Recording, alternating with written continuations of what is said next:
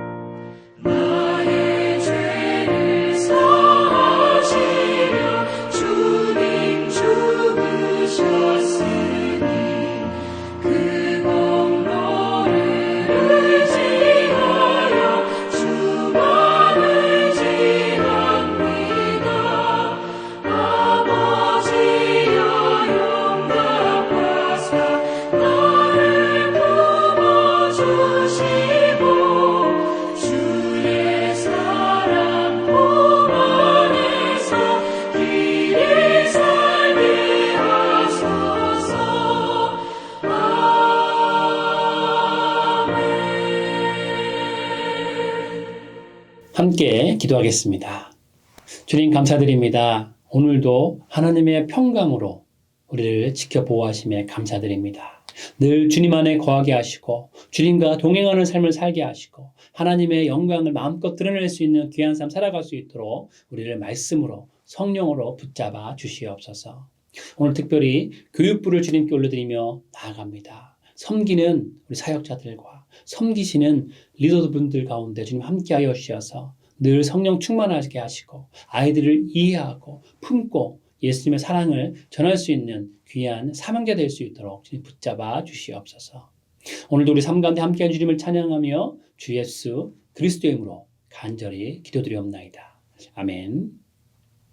함께 하나님의 말씀 보도록 하겠습니다. 오늘의 말씀은 욥기 18장 1절에서 21절까지 말씀입니다. 수아 사람 빌닷이 대답하여 이르되 너희가 어느 때에 가서 말의 끝을 맺겠느냐 깨달으라. 그 후에야 우리가 말하리라. 어찌하여 우리를 짐승으로 여기며 부정하게 보느냐. 울분을 터뜨리며 자기 자신을 찢는 사람아 너 때문에 땅이 버림을 받겠느냐. 바위가 그 자리에서 옮겨지겠느냐. 악인의 빛은 꺼지고 그의 불꽃은 빛나지 않을 것이요. 그의 장막 안의 빛은 어두워지고 그 위에 등불은 꺼질 것이요. 그의 활기찬 걸음이 피곤하여지고 그가 마련한 꾀에 스스로 빠질 것이니 이는 그의 발이 그물에 빠지고 올가미에 걸려들며 그의 발 뒤꿈치는 덫에 치이고 그의 몸은 올무에 얽힐 것이며 그를 잡은 덫이 땅에 숨겨져 있고 그를 빠뜨릴 함정이 길목에 있으며 무서운 것이 사방에서 그를 놀라게 하고 그 뒤를 쫓아갈 것이며 그의 힘은 기근으로 말미암아 쇠하고 그 곁에는 재앙이 기다릴 것이며 질병이 그의 피부를 삼키리니 곧 사망의 장자가 그의 지체를 먹을 것이며 그가 의지하던 것들이 장막에서 뽑히며 그는 공포의 왕에게로 잡혀가고 그에게 속하지 않은 자가 그의 장막에 거하리니 유황이 그의 처소에 뿌려질 것이며 밑으로 그의 뿌리가 마르고 위로는 그의 가지가 시들 것이며 그를 기념함이 땅에서 사라지고 거리에서는 그의 이름이 전해지지 않을 것이며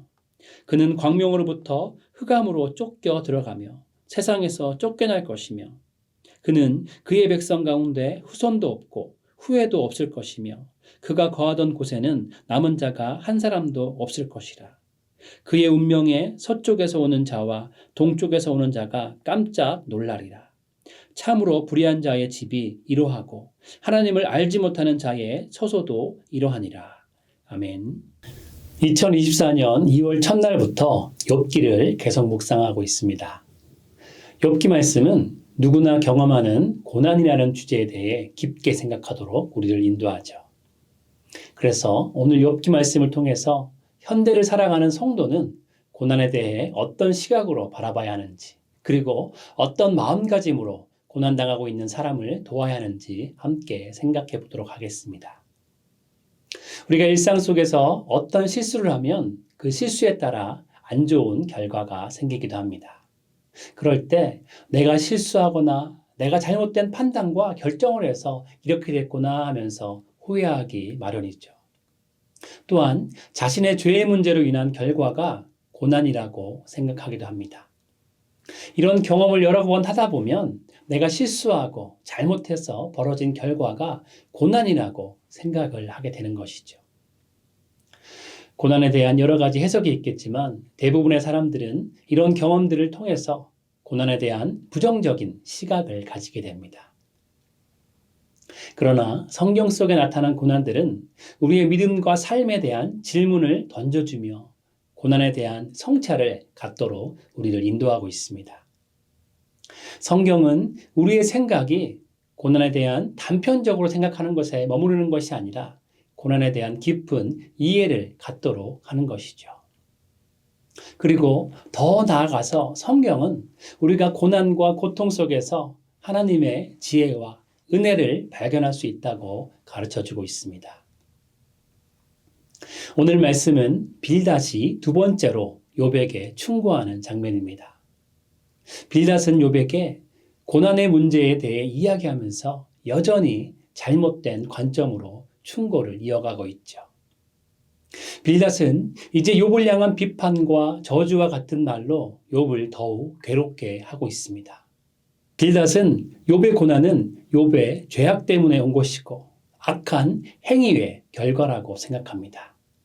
특히 오늘 본문은 빌닷이 욥의 고통은 전혀 헤아리지 않고 있는 모습에 대해서 말씀하고 있죠. 그 결과 빌닷은 욥을 비난하며 욥을 더 괴롭게만 하고 있습니다. 그러나 성도는 가장 먼저 성경은 고난과 죄 사이를 절대적인 관계로 보고 있지 않다는 것을 생각해야 합니다. 많은 경우 고통은 누구에게나 불가피하게 찾아옵니다. 예수님은 제자들에게 요한복음 16장 33절에서 이렇게 말씀하십니다. 이것을 너희에게 이르는 것은 너희로 내 안에서 평안을 누리게 하려 함이니라.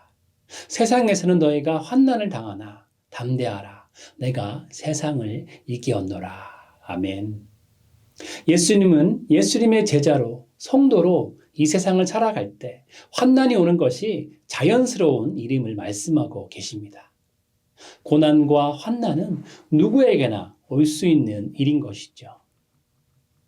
인류 역사가 시작된 이후로 고난의 문제는 인간과 분리해서 생각할 수 없는 주제였습니다. 고난이라는 문제는 누구도 예외가 될 수 없는 것이죠. 성도는 예수님을 따르는 삶을 살더라도 고난이 비껴가지 않는다는 사실을 깨달아야 합니다. 반대로 말씀드리면 고난이 올 때 우리는 고난이 왜, 환난이 왜 나에게 왔는가 이런 질문을 할 필요가 없다는 것이죠. 성도는 고난이 우리에게 오는 것을 이상하게 여길 필요 없이 자연스럽게 여겨야 합니다. 그리고 고난 앞에서 우리가 집중해야 할 것은 고난과 환난을 이기시고 승리하신 예수님을 의지해야 한다는 사실인 것이죠. 요한복음 16장 33절의 말씀처럼 고난 가운데 성도는 오히려 예수님 안에서 예수님이 주시는 평안을 누려야 하는 것입니다. 고난 가운데 우리가 해야 할 일이 승리하신 예수님의 평안을 누리는 것이라면 마찬가지로 우리는 우리 주변에 고난을 당하고 있는 사람들을 만날 때 동일하게 평안을 전해야 합니다. 성도는 고난당하고 있는 사람들에게 예수님의 승리와 평안을 전하는 삶을 살아야 하는 것이죠. 요한복음 11장을 보게 되면 마리아와 마르다의 오빠인 나사로가 큰 병이 들었음을 말씀합니다. 그러나 이 소식을 들은 예수님이 이 고난이 하나님의 영광을 위함이라고 말씀하셨습니다. 그리고 예수님은 나사로를 곧바로 찾아가지 않았죠. 예수님은 나사로가 죽은 후에 무덤으로 찾아가셨습니다. 그리고 예수님은 나사로를 죽음에서 살리심으로 하나님의 영광을 나타내셨습니다. 예수님은 나사로가 병들어 누워있을 때 가신 것이 아니라 완전한 절망을 경험한 마리아와 마르다를 찾아갔습니다. 어느 정도 희망과 절망이 있는 때가 아니라 완전한 죽음, 완전한 절망의 순간에 예수님은 그들을 찾아가신 것이죠. 그리고 완전한 절망의 그 순간에 예수님은 완전한 회복과 완전한 희망을 보여주셨습니다. 완전한 평안을 마리아와 마르다에게 전하시고 그 일을 통해서 하나님의 영광을 나타내신 것입니다. 나사로의 부활을 통해서 예수님은 제자들과 사람들에게 굉장히 중요한 진리를 보여주셨습니다. 어떤 고난과 환난도 예수님은 이미 승리하셨다. 어떤 상황에서도 예수님은 평안을 주신다. 어떤 어려움과 절망도 예수님께는 문제가 되지 않는다. 이 진리를 가장 완전한 절망의 순간에 예수님은 세상에 알리시며 하나님께 영광을 올려드린 것입니다. 그렇기에 성도는 고통 속에서도 믿음을 유지해야 합니다. 그리스도인으로서 우리가 세상의 시련과 고통에 직면할 때도 예수님의 은혜와 능력을 믿고 승리의 삶을 살아야 합니다. 고통과 절망의 순간에서도 성도는 하늘의 평안을 누려야 하는 것이죠. 그리고 성도는 주변 사람들이 고통을 당하고 있을 때 고난을 해석하거나 비난하는 대신 사랑과 이해를 통해 예수님의 평안을 전해야 하는 것이죠. 사랑하는 여러분들은 어떤 상황에서도 우리에게 희망과 소망과 평안을 주시는 예수님을 의지하시기 바랍니다. 어떤 어려움 속에서도 모든 문제의 해결자 되시는 예수님을 바라보시기 바랍니다. 그리고 동일한 마음으로 환난과 고난을 당한 사람들에게 예수님의 평안을 전하시는 평화의 전달자 되시길 축원드립니다. 두 번째로 성도는 고난 앞에 온유한 마음을 가져야 합니다. 빌닷이 첫 번째로 욥에게 이야기를 시작하는 욥기 8장을 보면 빌닷은 다짜고짜 욥을 비난합니다. 그리고 오늘 말씀에서도 빌닷은 순전한 자는 흥함을 얻고 사곡한 자는 재난을 당하게 되므로 하나님의 공의가 실현된다라는 단순한 논리로 욥의 상황을 전혀 고려하지 않으면서 비난만 하고 있습니다. 빌닷은 고통 속에 있는 욥에게 오히려 더 큰 고통을 주고 있는 것이죠. 빌닷은 욥에게 대한 인내심을 잃었기에 변론을 하면서 상대방의 고통에 대해서 점점 둔감해지면서 위로가 아닌 고난의 이유와 결과에 대해서만 설명하는 모습을 보게 됩니다. 빌닷이 사용하는 단어들도 보면 너무나 과격합니다. 표현하는 방식에도 문제가 있습니다. 빌닷의 첫 번째 변론도 그렇지만 오늘 본문의 두 번째 변론의 태도를 보면 이야기를 하면 할수록 빌닷의 태도가 점점 공격적이고 고압적으로 변해가고 있는 것을 보게 되는 것이죠. 빌닷은 상처 입고 아직도 고통 속에 있는 친구에게 위로는 고사하고 변론을 통한 공격만 하고 있습니다. 결국 고난에 대한 빌닷의 이런 접근 방식과 태도는 잘못된 관점과 잘못된 해석을 욥에게 강요하게 되는 큰 실수까지 유발하게 한 것이죠. 이런 빌닷의 모습을 통해서 고통을 직면한 사람들에게 온유한 태도가 얼마나 중요한지 보게 됩니다. 그렇기에 성도는 오늘 본문의 빌닷의 모습을 보면서 반면 교사 삼아야 합니다. 우리가 다른 사람들에게 조언을 할 때 상대방의 입장을 충분히 고려하고 배려하며 이야기하고 있는지 곰곰이 그리고 깊고 차분히 생각해 봐야 합니다.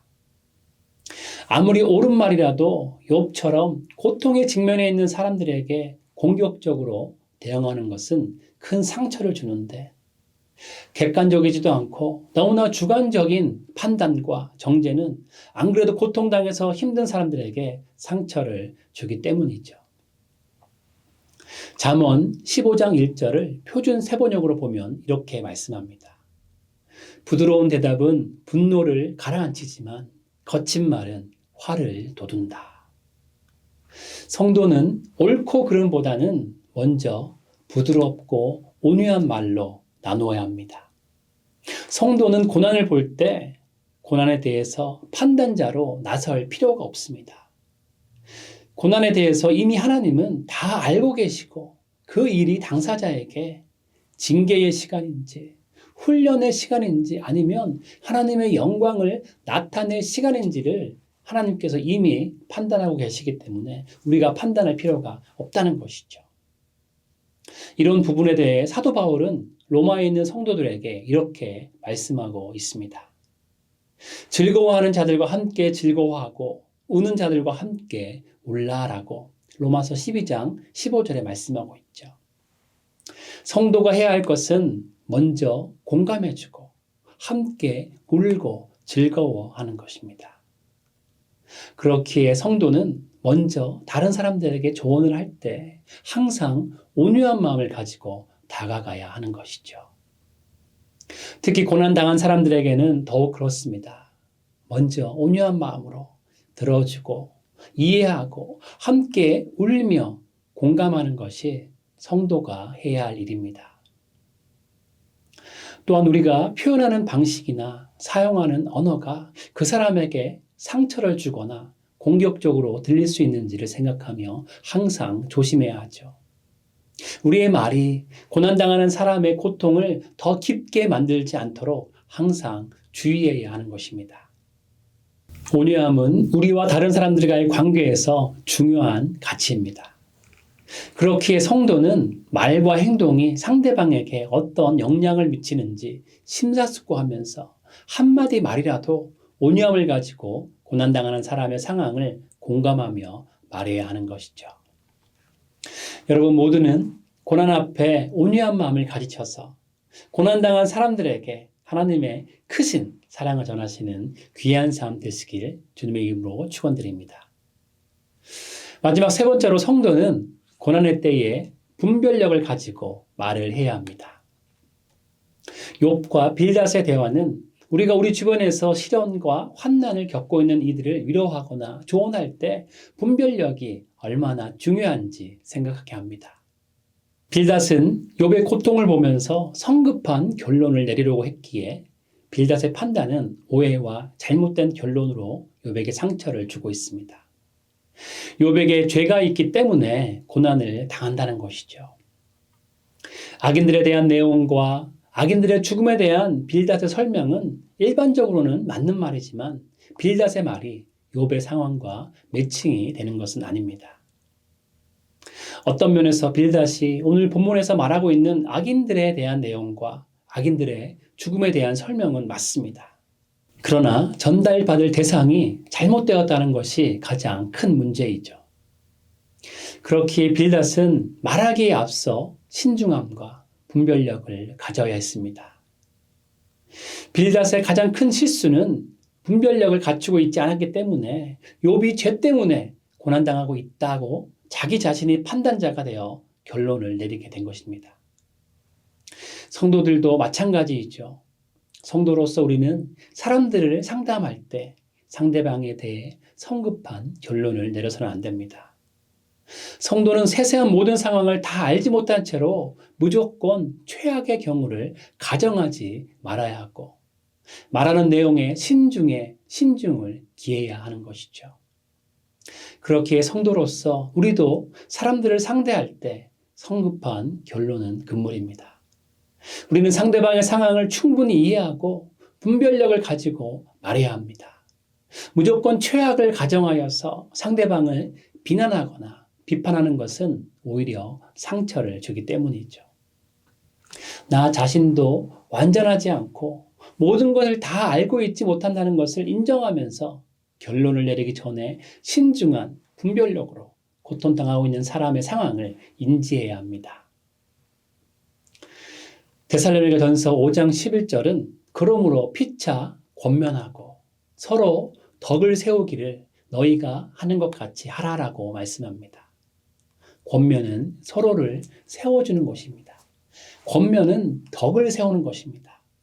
성경적인 권면은 서로 상대방을 이해하는 측면에서 대화를 나눔으로써 나도 깨닫고 상대방도 깨달음을 얻게 하는 것이죠. 결국 나의 의를 내세우고 나의 지식을 자랑하는 것이 아니라 하나님의 뜻 안에서 하나님의 관점으로 서로를 세우는 것이 성도가 해야 할 일인 것입니다. 말씀을 정리합니다. 우리가 살고 있는 요즘 세대는 상처 입은 치유자가 너무나 필요한 시대입니다. 나도 상처받은 경험이 있기 때문에 고난당하는 사람을 이해하고 고난당하고 있는 사람의 입장에서 권면을 하여서 하나님의 위로를 전해야 하는 것이죠. 나도 상처를 입었지만 예수님께서 회복시키셔서 평안으로 나를 채워주신 것처럼 나도 고통당하는 사람을 만날 때 예수님의 평안을 전해야 하는 것입니다. 사랑하는 여러분 모두는 삶 가운데 시련과 환난을 만나 힘겹게 견디고 있는 이들을 만날 때 하나님의 사랑과 예수님의 평안을 전하시는 귀한 사명을 감당하시기를 축복합니다. 성도가 해야 할 일은 판단보다는 사랑하며 그들을 이해하며 품어주는 것입니다. 여러분 모두는 예수님의 평안을 전하는 자로서 온전한 사랑과 지혜와 분별력을 가지고 하나님의 은혜와 회복을 고난과 어려움을 당한 사람들에게 전하시는 귀한 삶 되시기를 주님의 이름으로 축원드립니다. 함께 기도하겠습니다. 주님 감사드립니다. 우리 삶 가운데 함께 하시고 주님의 능력을 보여주시고 우리를 구원하시고 우리 가운데 하나님의 평안을 허락하심에 감사드립니다. 우리 또한 그 평안을 어렵고 힘들고 고난당한 사람들에게 전할 수 있도록 우리를 사용하여 주시옵소서. 우리가 판단하고 우리가 정죄하고 그들의 잘못된 것을 짚는 것이 아니라 오히려 말을 들어주고 위로하며 하나님의 평안을 전할 수 있는 귀한 삶 살아갈 수 있도록 우리를 사용하여 주시옵소서. 오늘도 우리를 붙잡아 주시고 하나님의 지혜와 하나님의 은혜 가운데 하나님의 화평을 마음껏 전하는 삶을 살아갈 수 있도록 우리를 사용하여 주시옵소서. 예수 그리스도의 이름으로 기도드립니다. 아멘. 함께 계속적으로 주님 앞에 기도하며 나가도록 하시겠습니다.